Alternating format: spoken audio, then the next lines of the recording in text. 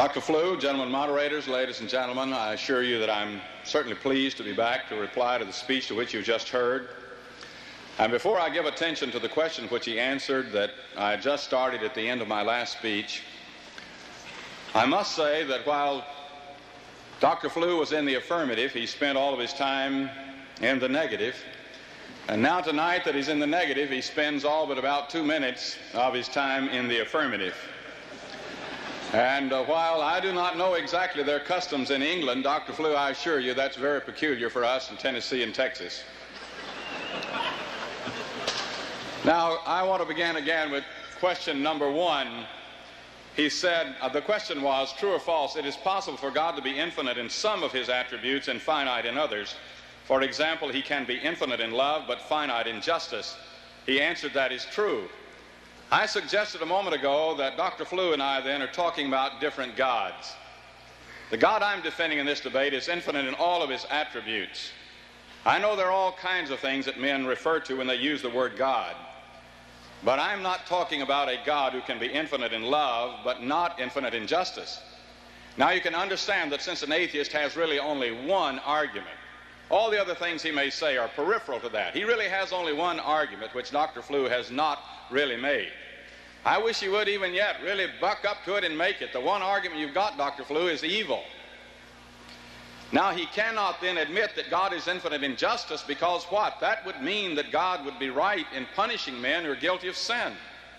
So he then says, oh yes, he can be infinite in love, but he cannot be infinite in justice. Secondly, what would be involved in God's being infinite in love? What is his answer? He's as silent as the stars. Not one single word did he say about it. What indeed is involved, Dr. Flew? I challenge you to answer that question. What is involved in God's being infinite in love? Secondly, what if it were in contradistinction to what you said about his being finite in justice? What would be involved in God's being infinite in justice? What if he were infinite in justice? Then what would he do? What would be involved in it? Question number 4. True or false? It is not possible that the justice of God would entail any punishment for sin. And lo and behold, to my utter consternation and surprise, he says it is false. In other words, he's admitting that God can punish, when his whole argument seems to be that if God does punish, this proves he's not a God of love. But that isn't all of it. Let's note the next one. In number 5, true or false? It is possible that this infinite justice of God might entail at least 1 minute of punishment when this life is over. Now note, it might entail at least 1 minute of punishment. And not be out of harmony. God would not be self-contradictory in his basic concept. What about 2 minutes, Dr. Flew? What about 3 minutes, 4 minutes, an hour, a day, a year, a month, a year, 100 years, 1,000,000 years? Where do you stop? Would 1,000,000,000 years be long enough? Could God punish a man 1,000,000,000 years and still be just and loving? You can see that he's given up. Just as he has in each night, he has shown his inability to answer these questions in harmony with the atheistic position and the implications which follow from it. And he himself is on record as saying when a man cannot do that, then it's clear that he holds a false position. Number 6, I know what the punishment for sin should be by intuition, by deduction from the concept of God, by deduction from the concept of sin, by deduction from some empirical fact, from the combination of the concept of God and some empirical fact or something else. And which one of those do you suppose he answers? Not a single one. Now, I've said here from something else. If there was something else, I didn't list all the boxes. I said maybe there's something else I haven't named. If so, you name it. He left it completely blank. My friends, when men have the truth, they do not handle questions in this fashion. Number 7, true or false? All men have done at least some things they know they ought not to have done. Now, Dr. Flew's been on both sides of the question as to whether morality is subjective or objective. He confesses there is real objective wrong, but then he winds up arguing in a way that it simply depends upon the function of the human mind. He's admitted before there were human beings there was no value in the world, and therefore, given that answer, value can be nothing more than a function of the human mind. Nothing more than likes or dislikes. Like you don't like spinach and you like ice cream. You don't like adultery and you don't like murder, but you do like kindness. But it's merely a matter of your own opinion. Now, that's what he's doing with this particular thing. Now he's recognizing that all men know they have done things they ought not to have done, and just as he admitted on earlier passages in connection with the work of the Nazis and the charges against them and their condemnation, he has admitted there is a higher law which transcends the provincial and the transient, and that means it transcends what each individual thinks. It even transcends what a whole nation thinks. It even transcends what a group of nations thinks. There is a higher law above that which can be only the law of God. And yet he says, now here all men know they've done something they ought not to have done. That in effect is again an admission of defeat, which he has done over and over and over in this discussion. Number 8, philosophy offers nothing by way of salvation from this feeling of guilt which results from knowing that one has done what he ought not to have done, and he answers true. Now after answering that everybody knows he's done something he ought not to have done, and therefore that everybody has guilt feelings, and he says philosophy is the only thing I have to offer, he says philosophy doesn't have any answer. Now how much more could you give up? Just try to think about how you could give up any more than this learned man from our fellow country that we all love and admire has done. Number 9, list below at 1 the attribute of God which contradicts the attribute of God which you list at 2. Now under 1 he lists justice and goodness. And then in number 2 he lists sustaining hell. Now why he lists that is because he holds that God is finite in justice. That is not the God we're defending. That is not the God of Christian theism. The supreme personal being, creator of the world, transcendent of the world, infinite in all attributes. Dr. Flu's talking about somebody else's God. Now, Dr. Flu come up and talk about the God we're talking about in this debate, and then answer that question, which two of the attributes or characteristics of God contradict one another. When you recognize that God is not only infinite in love, but infinite in justice, then you see there is no contradiction in the matter of the sustaining of hell. Now then, I want to look at his speech. He gave about 2 minutes, if I timed him correctly, at the very most, to replying to my speech, and spent the rest of the time in doing what would have been closer to what he ought to have done last evening than, so far as I can recall, anything he did do. He said that he's really having trouble. He confesses that he's having trouble deciding whether he should be an atheist or an agnostic. But I pointed out to you that in the discussion with Dr. Plantinga in California, he really chided. He really came down strong on it, as I recall. He indicated that any agnostic is simply not willing to face up to the facts. If you're with atheists, you sort of lean in that direction. If you're with theists, you lean in that direction. He indicated that agnostics are somewhat cowardly, is what I could get out of it, and that they ought to come on and recognize that the evidence demands that they can know that God does not exist. But now notice this significant matter. Dr. Flu, you signed an atheistic proposition. Now, if later on you'd like to discuss with somebody and sign an agnostic proposition, well, that would be perfectly all right with me. But in this proposition, in this debate, you signed an atheistic proposition. You didn't say that no one can know whether God exists. You said, I, Anthony G. and Flu, know that God does not exist. Now, that simply doesn't fit with what you've been doing here. Now, notice this, my friends. We've had quite a bit to say about the Germans, the Nazis, and their treatment of the Jews. I don't believe there's a man living but what has an abhorrence for what happened there. Someone says, oh, but you're appealing to emotion. No, I'm not. I'm appealing to facts. Every argument I'm making in this debate appeals to facts, empirical facts. Now, here is the fact that these people put little children in boxcars coated with quicklime, so that they would not only die, but die agonizingly over a period of days. Dr. Flu has admitted that they were guilty of objective moral wrong. But now note he comes back when I give the argument which he gave about a snap of the finger recognition. He said the reason why I need give no more attention is because you can't really draw a clear line between the human and the non-human.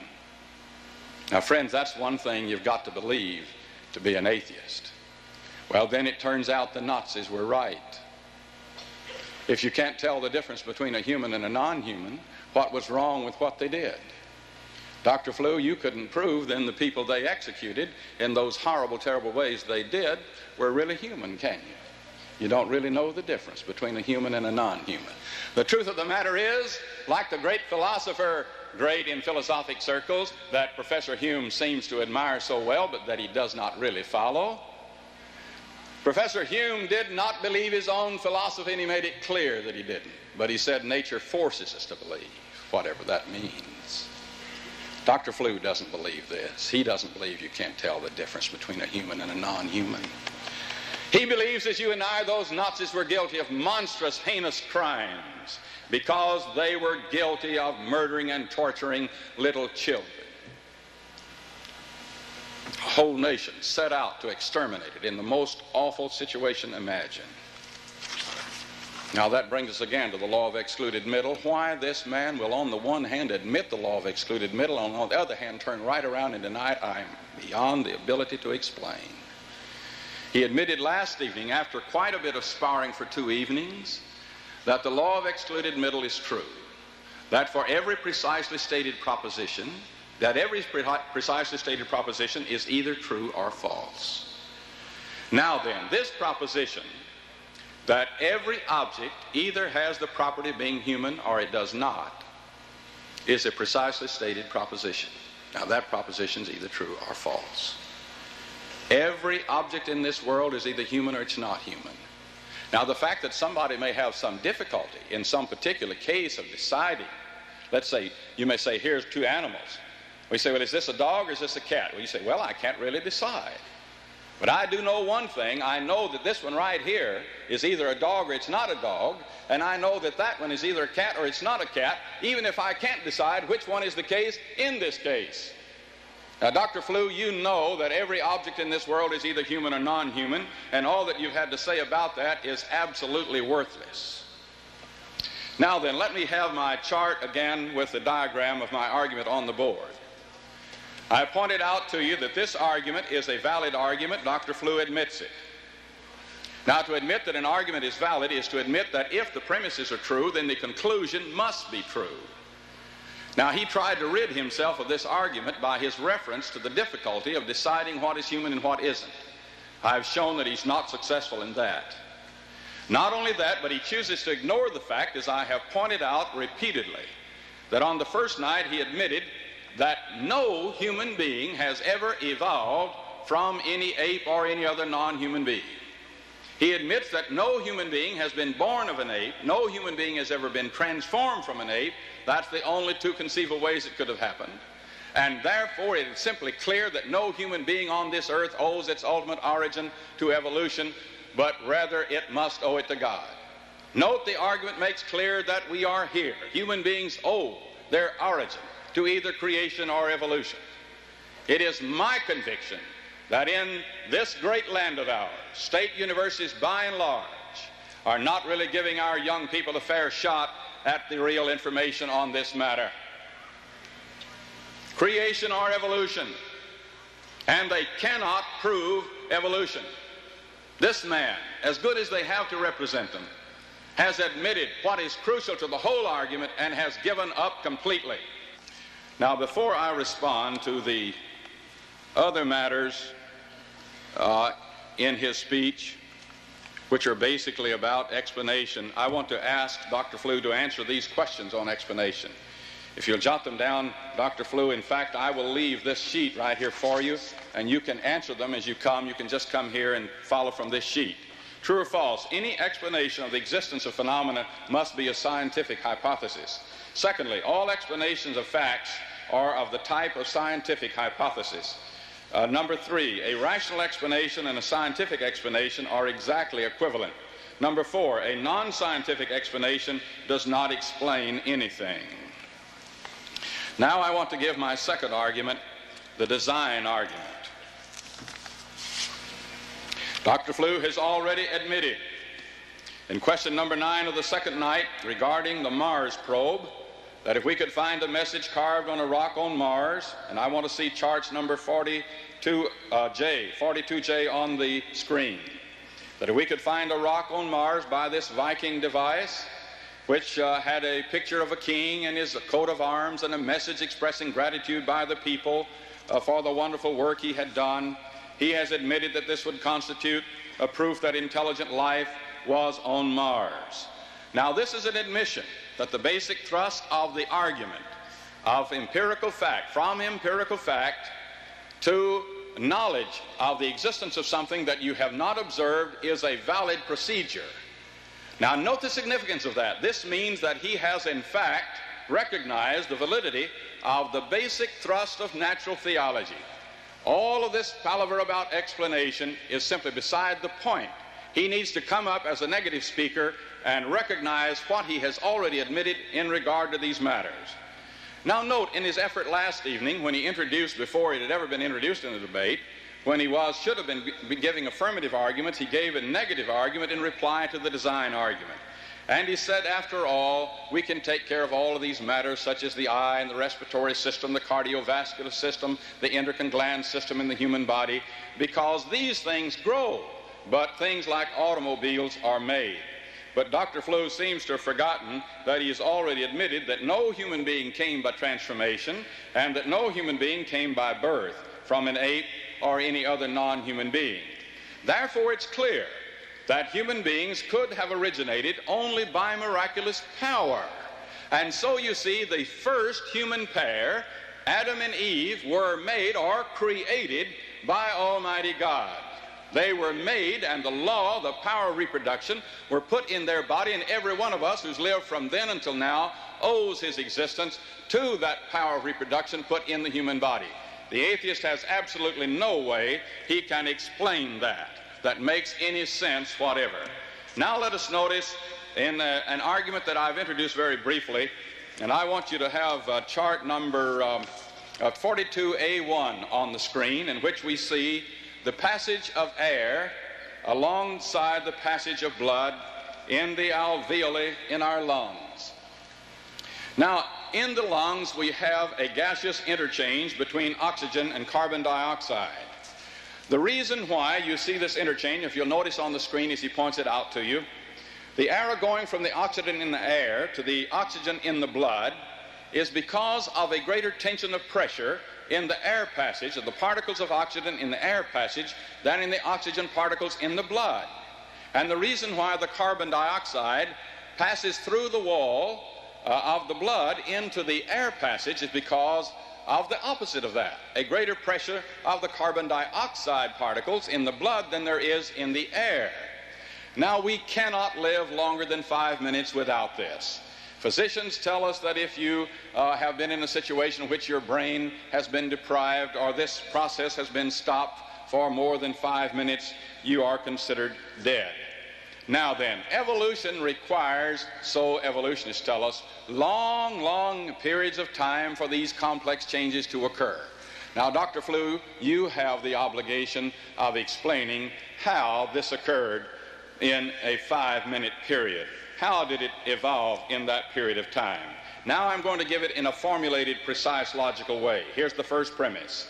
If the gaseous interchanges, that is, of oxygen and carbon dioxide in the respiratory system of human being possess such properties or involve such things as to make clear that such interchanges were not brought into being by any part of or the totality of dead matter, then the respiratory system of the human being in which these interchanges occur must have been brought into being by the Creator who transcends the universe, that is, God. The second premise, the gaseous interchanges in the respiratory system of a human being do possess such properties as to make clear that such interchanges were not brought into being by any part or the totality of dead matter. Therefore, the respiratory system of the human being must have been brought into being by the power of God Almighty.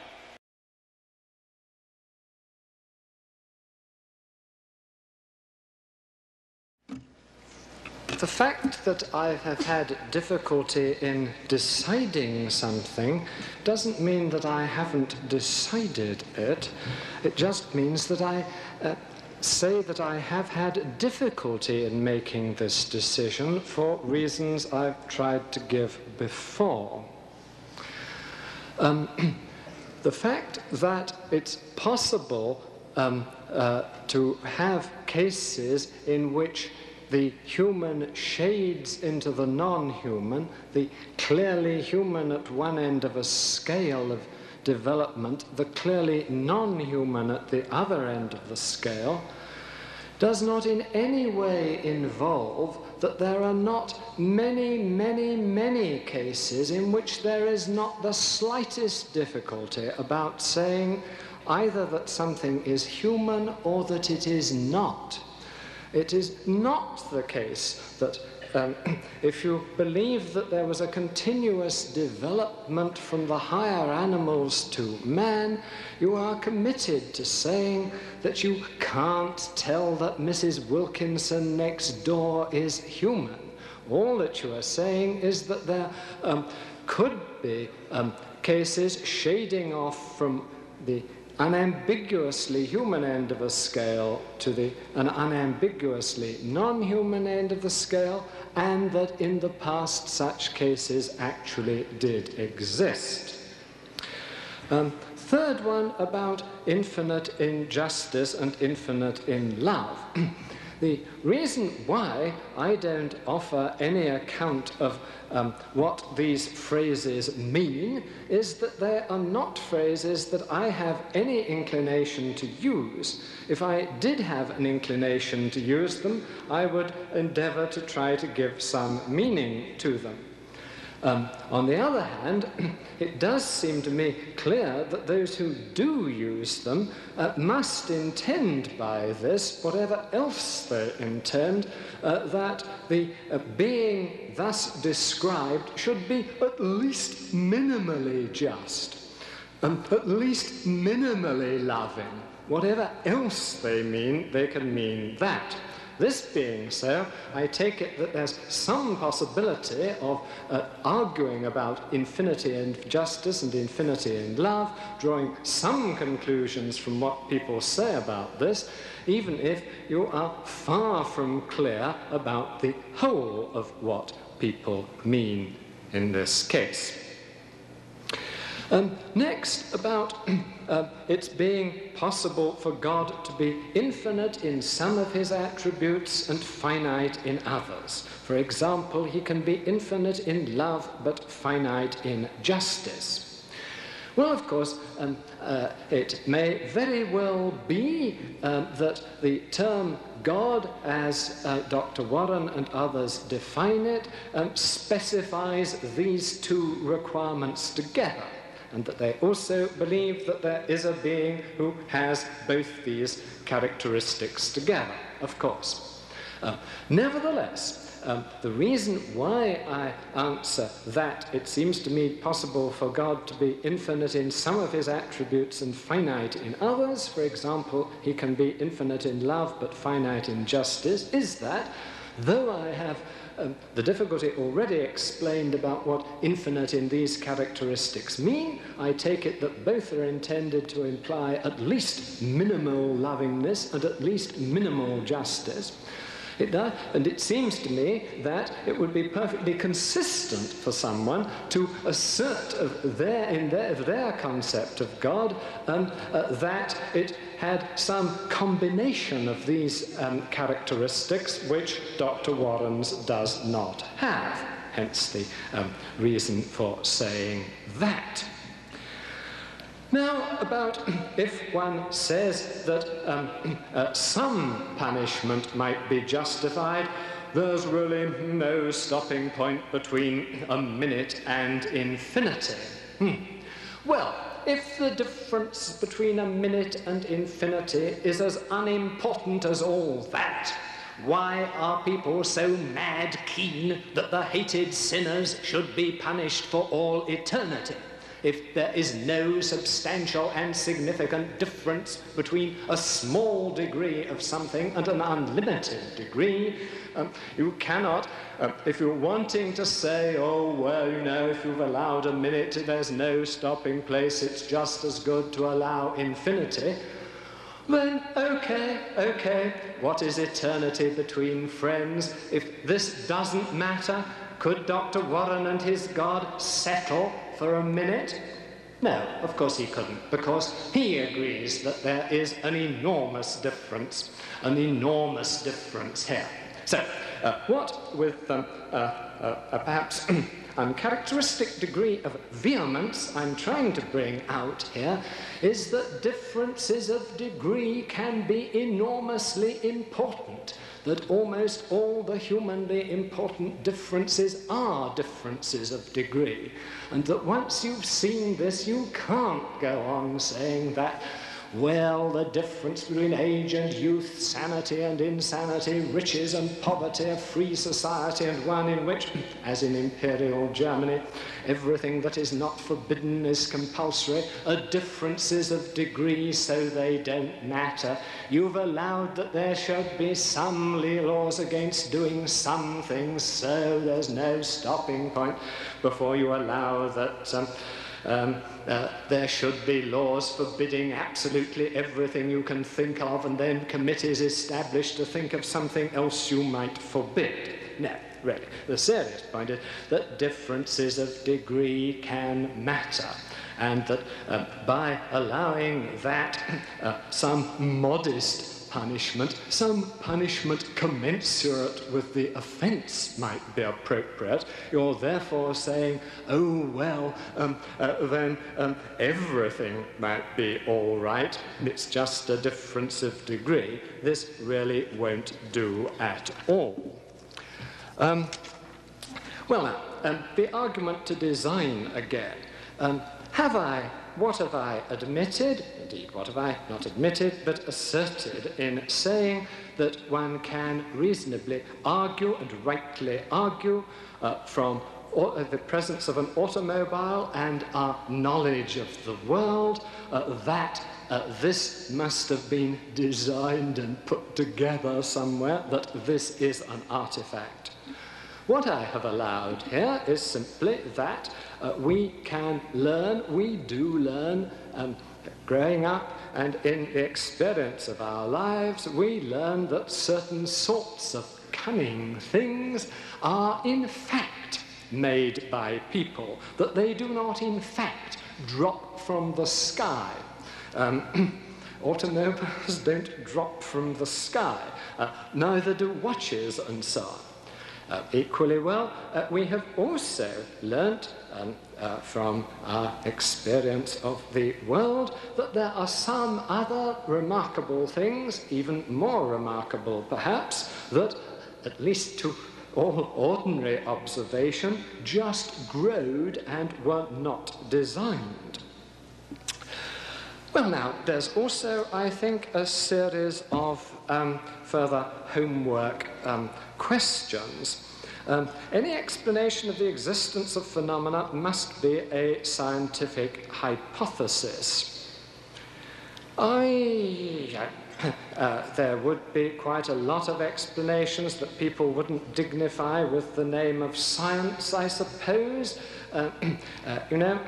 When Kojak offers an explanation as to what the hoods were doing, would one call it a scientific explanation? Presumably not. So it would appear that this is false. All explanations of facts are of the type of scientific hypothesis. I suppose so, but of the type of some rather extensible notion.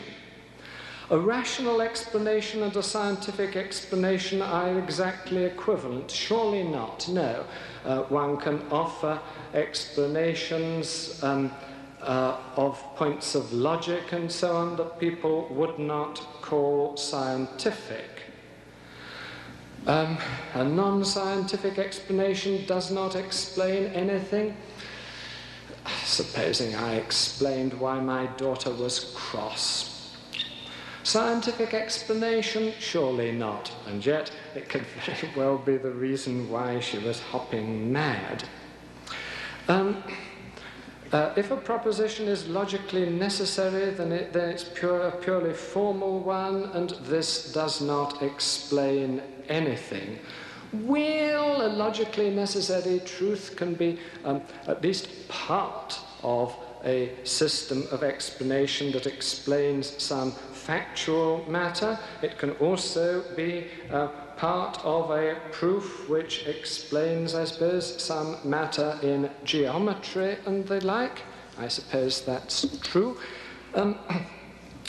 let's have a look at the ones I was set before I came. By the way, I think I should say why I haven't been exercising my right under the terms of the debate to ask questions in return is not indolence or anything like that.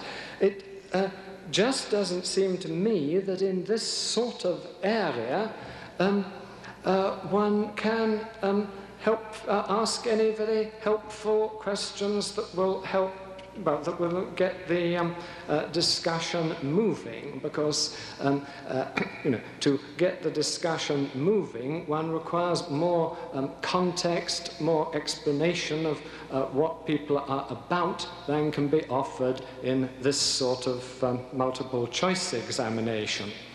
But on this occasion, I will try to go through all of these, at least to either to answer them or to explain what reasons led me not to answer.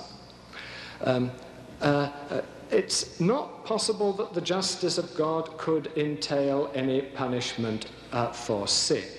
Why I said that was false is that it was certainly not clear to me that